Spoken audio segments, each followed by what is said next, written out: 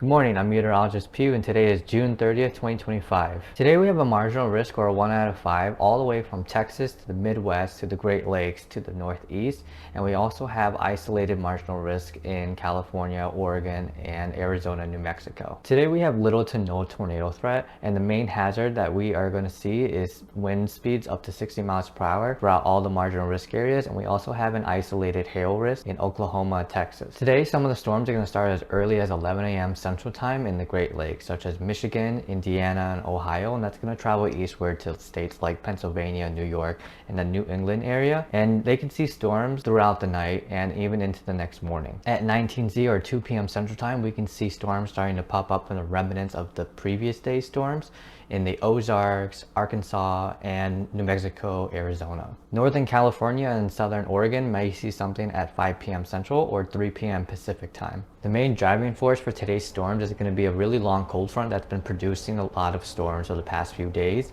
and this is very slow moving, and it's going from Michigan all the way down to New Mexico.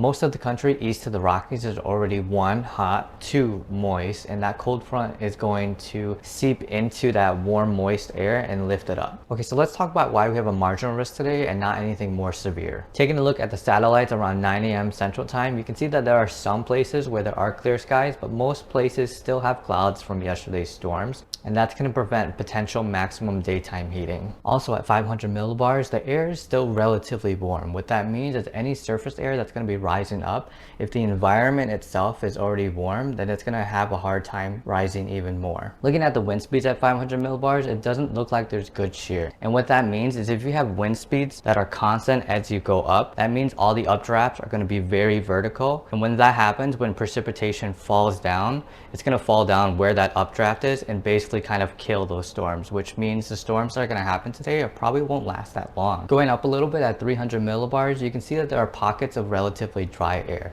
And what that means is when precipitation falls, because the air around it is already dry, it's going to promote more evaporative cooling, which is going to promote more downdrafts, which is why the main hazard today is wind. Looking at Northern California and Southern Oregon, because they're in a much higher elevation, things work a little differently over there. 500 millibars, there is a low that is forming off the coast of California, and that's going to produce kind of an upside down trough, and that trough is going to bring in warm, moist air into Northern California. And at 300 millibars, the air is also relatively dry over there too, and so that's going to promote more downdrafts.